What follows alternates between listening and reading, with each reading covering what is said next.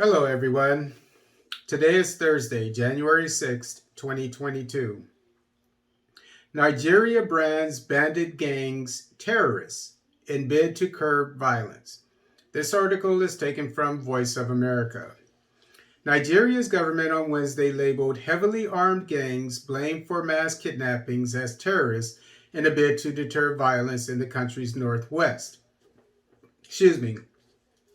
So-called criminal bandit gangs have long plagued Nigeria's northwest and north central states, raiding villages to loot and kidnap for ransom. But violence has become more widespread.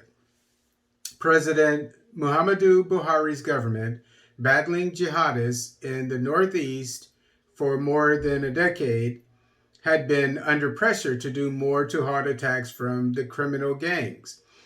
In the official gazette published on Wednesday, the federal government labeled activities of Yan Bindiga and Yan Tayada, references in the Hausa language to bandit gunmen, as acts of terrorism and illegality. It referred to criminal gangs who carry out mass kidnappings of school children, abduction for ransom, cattle rustling, and destruction of property, among other crimes. The definition will mean tougher sanctions under Nigeria's Terrorism Prevention Act for suspected bandit gunmen, their informants, and supporters, such as those caught supplying them with fuel and food.